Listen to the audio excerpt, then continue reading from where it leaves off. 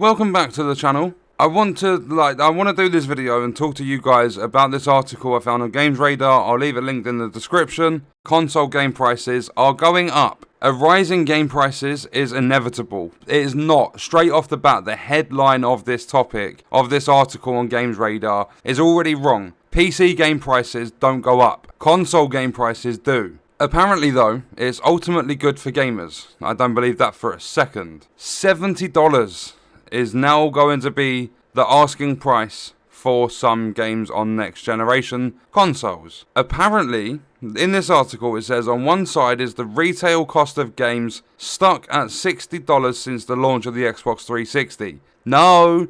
On the 360 you would pay £40 for a AAA game. You're now paying £60 for a AAA game on the Xbox One. So the retail cost of games has not stuck at any price since the launch of the 360, which was 15 years ago now. The price of games has gone up. The retail cost of games went up. But then they're saying on the other side is the cost of AAA development, and apparently these games, NBA 2K21 for next generation has already confirmed it's going to cost $10 more. It's going to be £65 or $70 for standard edition. If they carry on with this, when we're towards the end of the Series X cycle and they're making new consoles again, these games are probably going to be standard edition £80-90. Just let that sink in for a minute.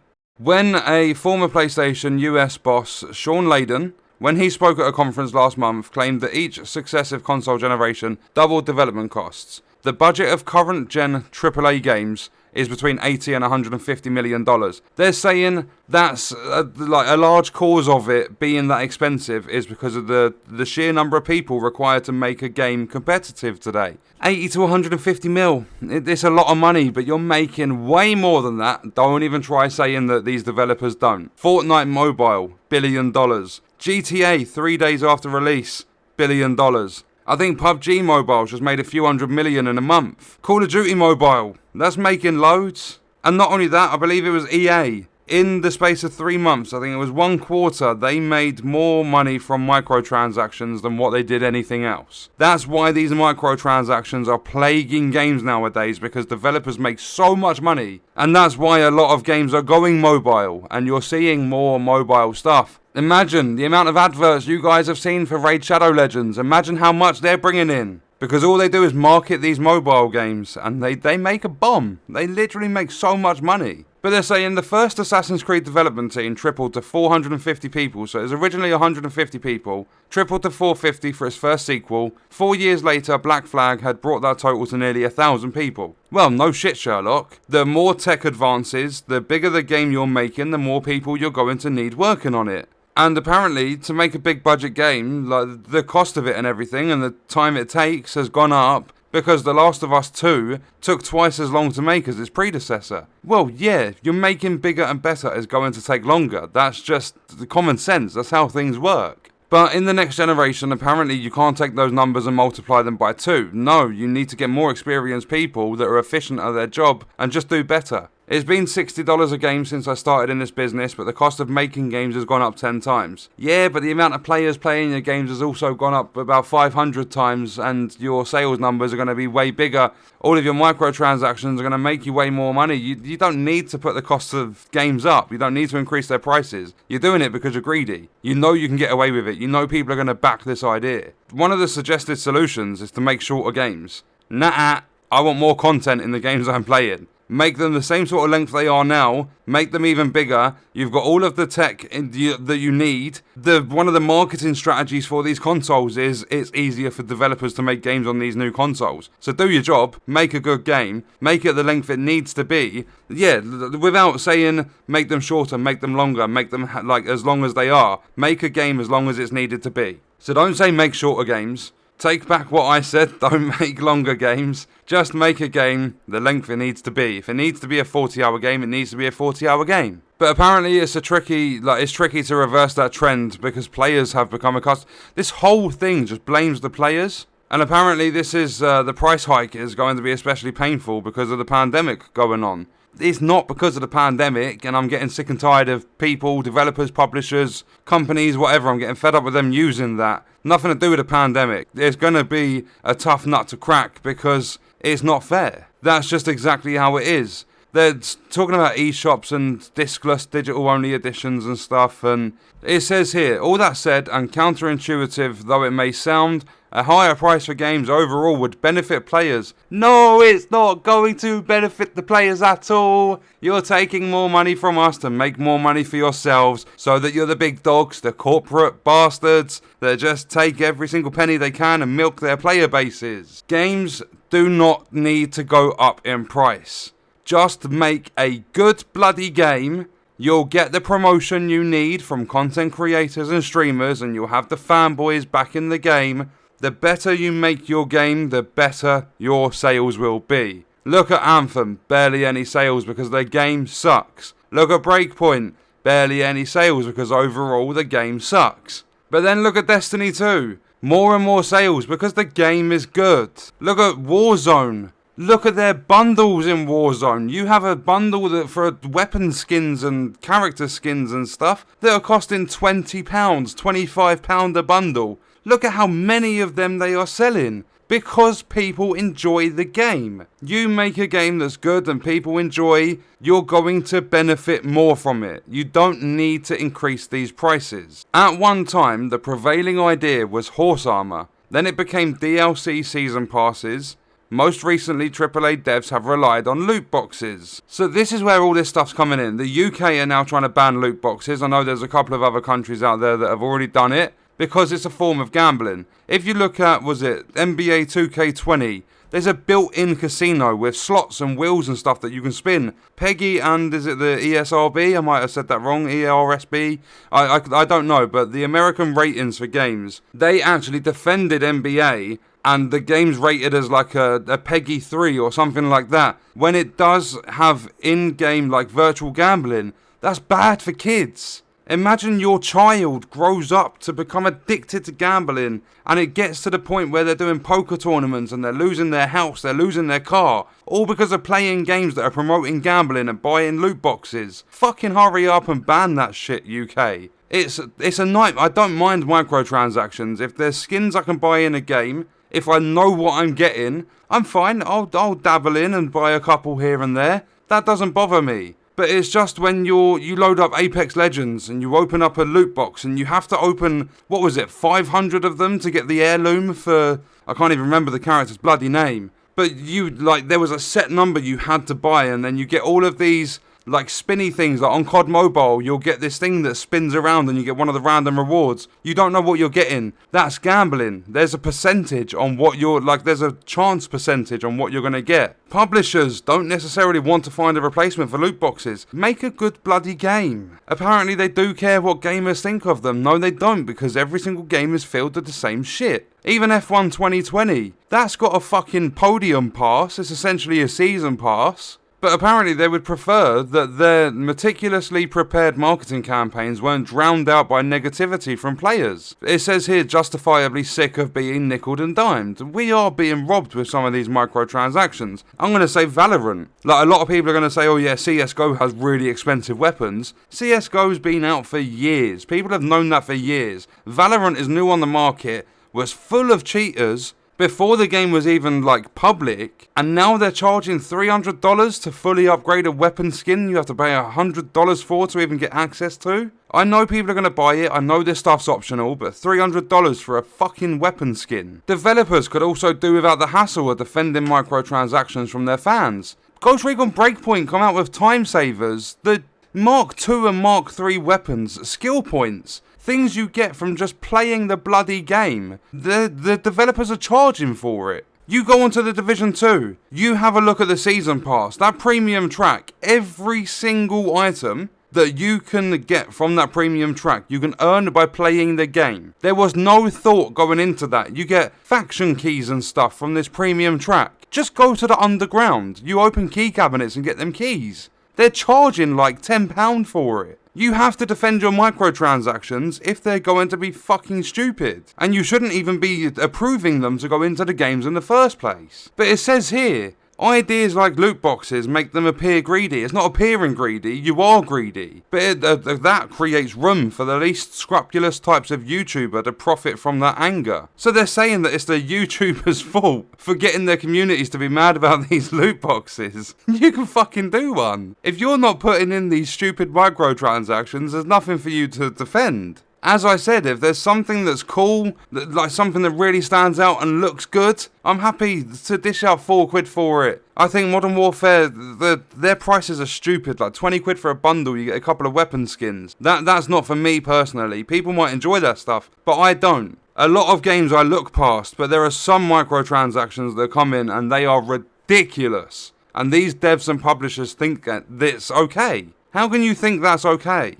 To literally milk your player base, and chances are the player base is full of children, to milk them for every penny you possibly can. It's outrageous. There was a dispute about loot boxes. I believe it was on Reddit, and it was because of Apex Legends. One of the staff said, "I've been in the industry long enough to remember when players weren't complete arse-hats to developers, and it was pretty neat." How fucking dare you say that we are the arse-hats? If you keep pushing people's buttons and you push them across that line, they're gonna be rude. These developers and publishers, because they sit on a high horse, they think they're untouchable. But people will try bringing them back down to reality by telling them exactly how it is. I'm one of those people. I don't care if you're some big corporate company, I'm going to tell you how I'm feeling. If I am spending my money on a product, I will tell you what I think of that product, whether you like hearing it or not. And more people should do that. If you're going out, let's just say you're buying a takeaway. I love takeaways, so I'm going to talk about takeaways. If you go out and you spend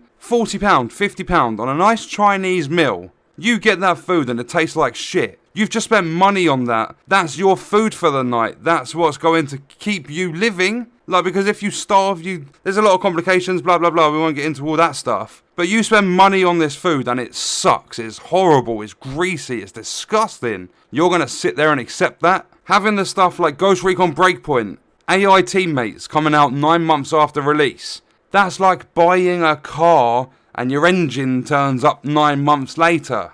They should have been in there from the get-go. A better example is the Mafia trilogy, and I know there are so many players out there defending that, and it actually gets annoying how many people can't see my point. Number 2 and number 3 were simply definitive editions. They just had a little bit of a graphics upscale, nothing too fancy. Number 2 actually released with more bugs than the original version. Mafia 1 wasn't part of that trilogy. It still isn't going to be. They've just delayed it for an extra month. I said, you are being robbed. Do not buy this trilogy because you are not paying for a trilogy. But whatever, my point is, number 2 and number 3 come out when you could purchase that. You had to pre-order number 1. So you're pre-ordering a full remake from the ground up, all this bollocks, yeah, okay, whatever. Number 2 and number 3 are there. Number 1 isn't. You're paying for a trilogy. That is like going into, like, because of the numbers 1, 2, 3, that's like going into a restaurant ordering a 3-course meal. Number 1 is your starter, number 2 is your main, number 3 is your dessert. You're getting your main and your dessert, but 4 months later, you get your starter. And apparently it's the player's fault that all this stuff is happening. It even says here, like, the boss, the company boss for that developer from Apex apologised for the remarks. An apology isn't good enough. Battlefield 1 is still being supported, but Battlefield 5 isn't, because they know they fucked up. Without pressure to monetize every corner of their games, devs could more easily avoid these kinds of breakdowns in communication. You don't need to monetize every corner of your fucking game. Release a game that's fun to play, that players will enjoy for hours and hours. Bring new content in, that's all you have to do. I don't know how there is not one smart cookie that understands this in all of the developers and publishers for AAA games. Apparently there's a positive impact of a $70 price point. Apparently publishers tend to take fewer risks as the development costs rise. It says here that Activision cut down its portfolio to just a few surefire franchises, Call of Duty, Destiny and Skylanders. Destiny, they fucking left Activision behind. They was like, no, I'm not working with you anymore. Look at what happened to their game after they got rid of Activision. It's impossible to measure the lost potential of games that were never greenlit it. The bold new ideas that may have been backed if AAA publishers and developers could more easily afford to experiment. Nah. I'm not paying for you to fuck around with stuff that might never make it into the game. No. You bring stuff into your game. If I like it, I'll pay for it. That's what everyone's mind frame, like, state of mind should be. We are at the moment, like, with this current generation, we are beta testing these games. We are paying them to test their games. With a lot of the games, that is the case. A lot of the games. But when a public test server, a PTS, comes out for the Division 2, you need to own the base game to play on that PTS. You have to pay to test their game. PTS only comes out on PC. Console players just get left with some shitty port of the update. But apparently Activision shut down a load of studios because it was getting too expensive. Make better games.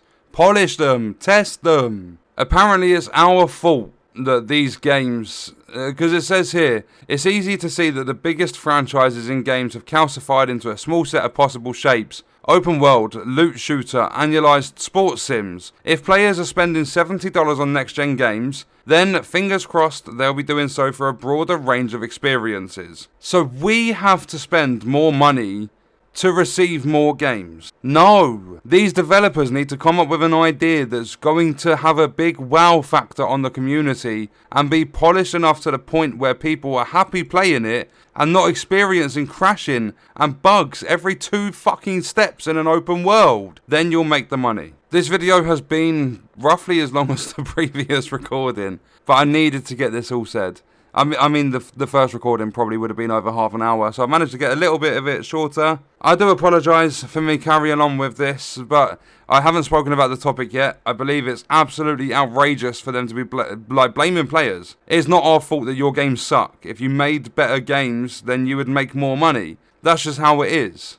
If I was making 480p videos, people are going to go watch everyone else. People aren't going to come to my channel and watch because they can't see the gameplay. What would be the point of them watching my videos? If you make a game, and we're going to use this as an example, just to quickly wrap this up. The Division 2 Warlords of New York. After that was released, players had to wait 24 hours to actually advance in that expansion that they just paid £25 for because there was a bug that you experienced in the first half an hour where you can't interact with the people to give you missions. They couldn't hotfix it. It took them an entire day to get that sorted. So players paid £25, can't even access their content for an entire day. I'm going to let that one sink in. We're going to leave the video there, and I want to know your thoughts and stuff in the comments. Let me know. If a game for next generation comes out, it's had a lot of testing done, it's polished, there's been betas, we know exactly what's going to be in that game. If that game is going to be good, I'm happy to pay the extra money. I don't give a shit, I'll support these devs in whatever way. But it's easier for me to say that because it's my job to play games. I get paid to play games. So the money I make from playing games goes back into playing games. So it's easy, but for someone that's just purely on benefits, I'm not saying that's bad in any way, shape or form, I still get benefits myself. But for someone that's purely on benefits, or someone that's only doing part-time work, or someone that's got a full-time job but they're not doing a load of hours, they're on a 16-hour contract instead of a 40 or something like that. For those people that are just earning your standard sort of wage and lower, so benefits and everything like that, you're not going to be able to afford this stuff. It's hard enough now with the big edition of a game. Like, you really love the idea of this game and you want to get the biggest edition. Some of them are £100 upwards for the digital edition of it. If you want all that physical stuff, you're going to be looking at 200 quid. And I know a lot of the stuff is optional, but the fact that it's there in the first place is annoying. Some of it doesn't need to be there, but as I said, the cost is inevitable, it's going to go up either way. They're saying the reasoning behind the price going up right now is because players aren't supporting the devs enough, the devs are spending too much money, the publishers are forking out too much money, and the cost of making the games is going up. Just save the bullshit. Just say, we're not making good enough games, so we're not making enough money, so we need more money. Because as I said, if you do make a good game, I'm happy to support in any way. I don't care. If I'm enjoying that, I will support it. But if you're making half-assed, half-baked, lazy, lackluster games, I'm out. Fuck off. But as I said, let me know your thoughts and stuff in the comments. I hope you guys enjoyed the video. Thank you for watching.